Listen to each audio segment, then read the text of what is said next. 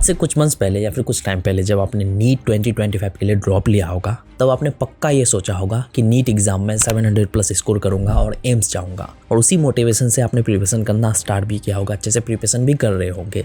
लेकिन बीच में कुछ प्रॉब्लम्स आने की वजह से, डिस्ट्रैक्शन होने की वजह से, कुछ और दिक्कत होने की वजह से धीरे धीरे आपका प्रिपरेशन लेवल डाउन होता भी गया और मोटिवेशन भी डाउन होता गया, जिस वजह से अच्छे से प्रिपरेशन नहीं कर पाए। और आज जो है आपका टारगेट भी कम हो गया होगा और आपका ड्रीम भी कम हो गया होगा। लेकिन अगर मैं कहूँ कि अभी भी इतना टाइम है कि आप आराम से 690 से लेके 700 प्लस स्कोर कर सकते हो नीट 2025 एग्जाम में, अगर सही से मेहनत करते हो। अब कैसे करना है, क्या करना है, इस वीडियो में आपको सब कुछ बताऊंगा, बस अच्छे से फॉलो करो। ठीक है, चलो वीडियो को शुरू करते हैं। सबसे पहले ना मैं स्टेप 1 की बात करता हूँ। अभी सबसे पहले ना अपना लेवल जान लो कि आपने अब तक कितने चैप्टर्स या फिर कितना % सिलेबस कंप्लीट कर लिया है। चाहे 10% हो, 20%, 30%। मान लेता हूँ कि 10% भी कंप्लीट किया है अगर, तो तब भी आप कर सकते हो। बस जरूरी है कि आपका माइंडसेट बनाना है। नेक्स्ट चीज, आपका टारगेट है अगर है 700 प्लस लाना या फिर 690 प्लस लाना, तो इसके लिए आपको करना क्या होगा, सही से मेहनत करना होगा। आगे बताता हूँ कैसे करना है। और अभी जो आपके पास टाइम है 170 डेज के अराउंड बचा हुआ है, जो कि आपको प्रॉपरली मैनेज करना होगा। उसी के साथ यहाँ पे मान लेता हूँ कि आपका वीक सब्जेक्ट जो है, जो कि है फिजिक्स। अब फिजिक्स को आपको सही से मैनेज करना होगा, स्टेप बाय स्टेप प्रोसेस से करना होगा। उसी के साथ स्ट्रॉन्ग सब्जेक्ट है आपका बायोलॉजी। बायोलॉजी में आपको फुल मार्क्स किसी भी हाल में लाना होगा। कैसे करना आगे बताता हूँ। उसी के साथ ना एक चीज और कर लो कि जितने भी चैप्टर्स है, सारे चैप्टर्स का ना वेटेज वाइज लिस्ट बना लो। टॉप 50 चैप्टर्स का ऑलरेडी मैंने वीडियो बना रखा है, उस वीडियो को जाके देख लो।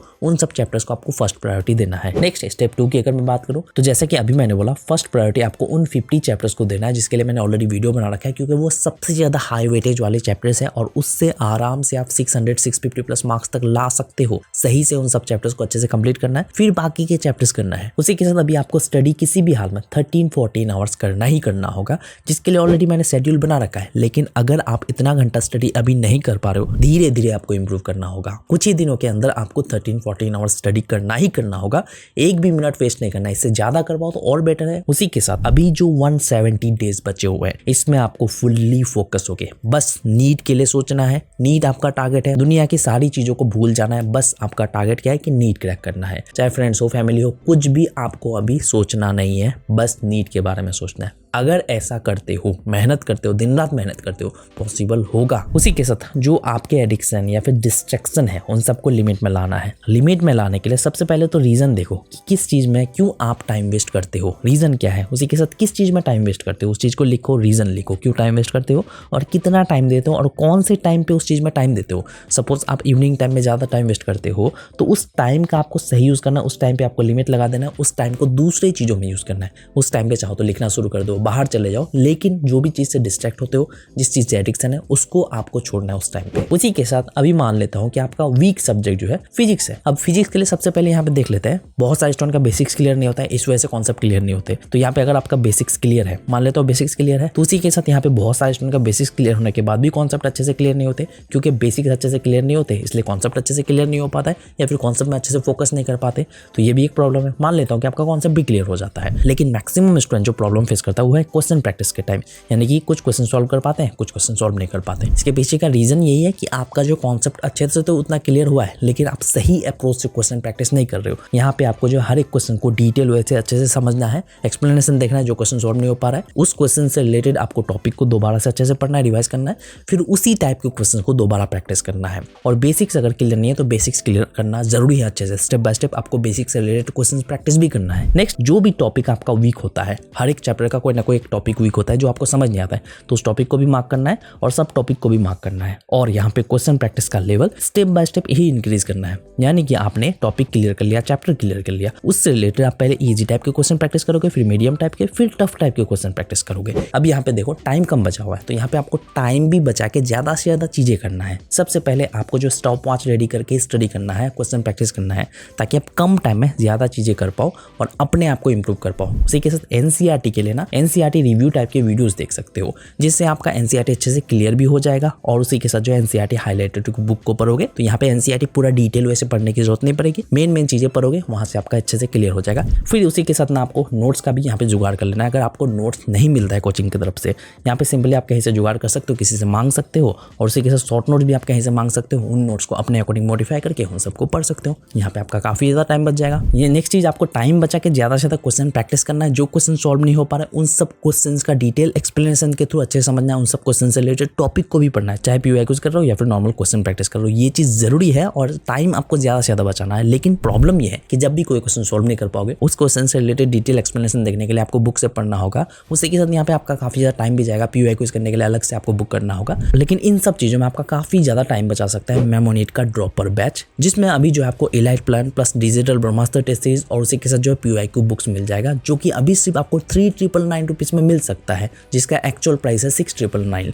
ये कैसे मिल सकता है आगे बताता हूँ। उससे पहले यहाँ पे प्लान के बारे में थोड़ा डिटेल में बताता हूँ क्या क्या मिलता है इसमें। सबसे पहले अगर मैं एलाइट प्लान की बात करूँ तो यहाँ पे सबसे पहले तो आपको नोट्स मिल जाता है, वो भी डिटेल नोट्स, जिससे आपको नोट्स बनाने की जरूरत नहीं। यहाँ पे आपका नोट्स मिला है तो उसी के थ्रू अच्छे से पढ़ सकते हो।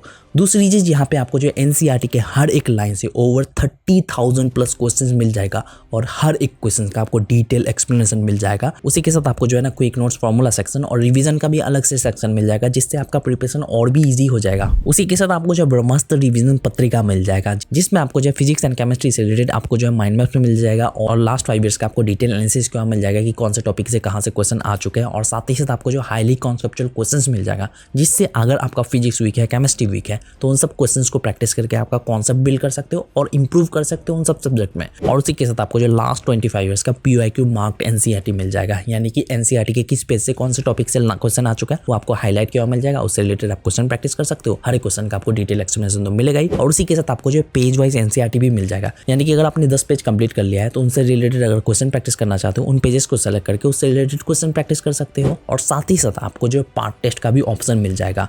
कई बार बहुत सारे स्टूडेंट पार्ट टेस्ट इसलिए अटेम्प्ट नहीं करते क्योंकि पार्ट टेस्ट में जो सिलेबस आने वाला है उसमें से कुछ चैप्टर कंप्लीट नहीं होते। लेकिन यहाँ पे ऐसा नहीं है, आप जो भी चैप्टर्स कंप्लीट कर रखे हो उन्हीं सब चैप्टर्स को सिलेक्ट करके जो आप पार्ट टेस्ट अटेम्प्ट कर सकते हो, जिससे आपका जो एक्स्ट्रा कॉन्फिडेंस बिल्ड होने वाला है। और उसी के साथ लास्ट 5 ईयर्स का आपको जो है तीनों सब्जेक्ट से रिलेटेड पीवाईक्यू बुक्स मिलने वाला है, जिसमें आपको जो ये सारे फीचर मिलने वाला है और ये आपको होम डिलीवर किया जाएगा। और साथ ही साथ आपको जो है अभी डिजिटल ब्रह्मास्त्र टेस्ट सीरीज भी मिल जाएगा, जिसमें आपको जो टोटल 26 पार्ट टेस्ट और 10 फुल टेस्ट मिलने वाला है।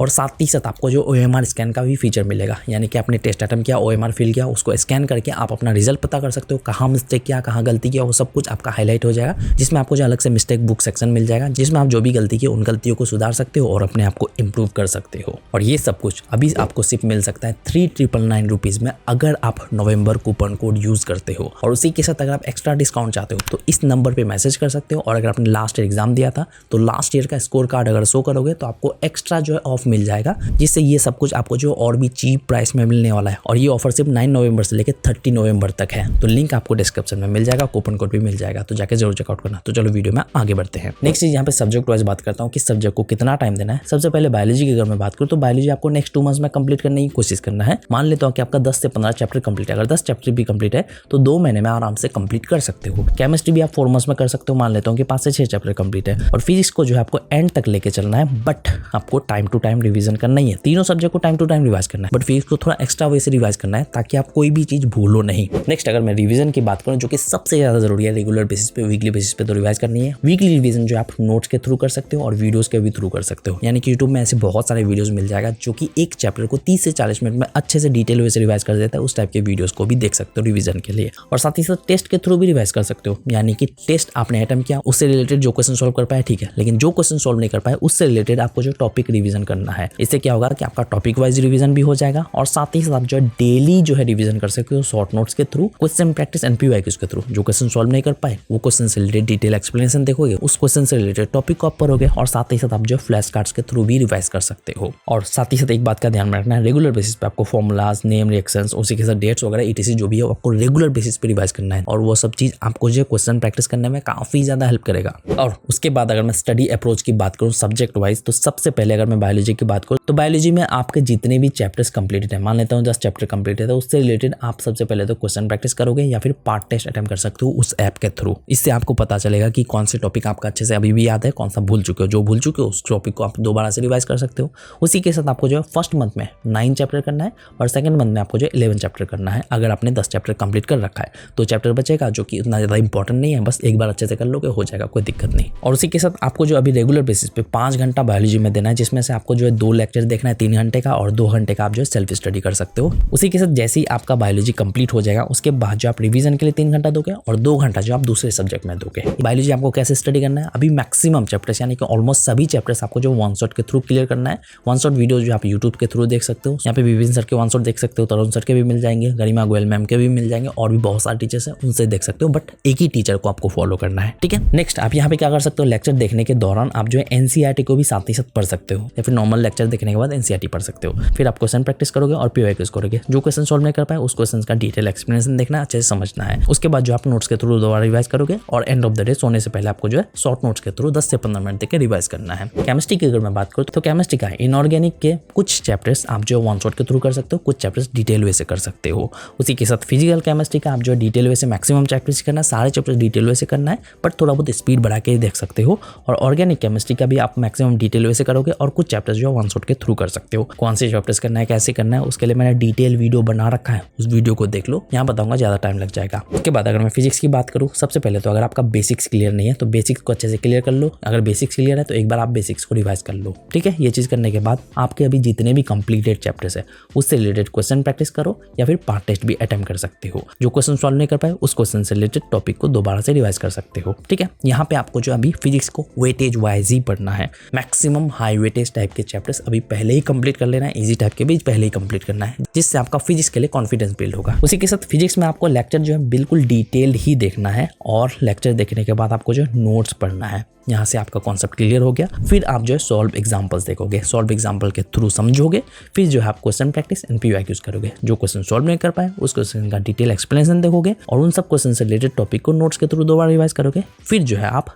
रिवीजन करोगे सोने से पहले शॉर्ट नोट्स के थ्रू। और फाइनली टेस्ट आपको तो अटेम्प्ट करना ही है, कभी भी कोई भी टेस्ट आपको मिस नहीं करना है, चाहे पार्ट टेस्ट हो या फिर फुल टेस्ट हो। यहाँ पे जब भी टेस्ट अटेम्प्ट करोगे हर एक टेस्ट को एनालिसिस करना जरूरी है, अपने मिस्टेक्स को देखना है, कितने क्वेश्चन सॉल्व कर पाए, कितना इंप्रूव कर पाए हो पिछली बार के मुकाबले इस बार, वो चीज़ देखना है। इंप्रूवमेंट जरूरी है, आपको जो हर एक बार अपना इंप्रूवमेंट नोटिस करना है और जो भी मिस्टेक्स किए उन मिस्टेक्स पे काम करना जरूरी है। तो ये सारी चीजें फॉलो कर सकते हो। लेकिन यहाँ पे अगर आप 690 प्लस स्कोर करना चाहते हो तो यहाँ पे जरूरी क्या है कि आपका माइंडसेट आज से और अभी से बिल्ड कर लो और अभी से स्टडी करना स्टार्ट करो। तो शेड्यूल वाला वीडियो जरूर देख लेना और नीट से रिलेटेड और वीडियोस मैंने बना रखा है, जाके चेकआउट कर सकते हो। तो बस मिलते हैं नेक्स्ट वीडियो के साथ। Thank you.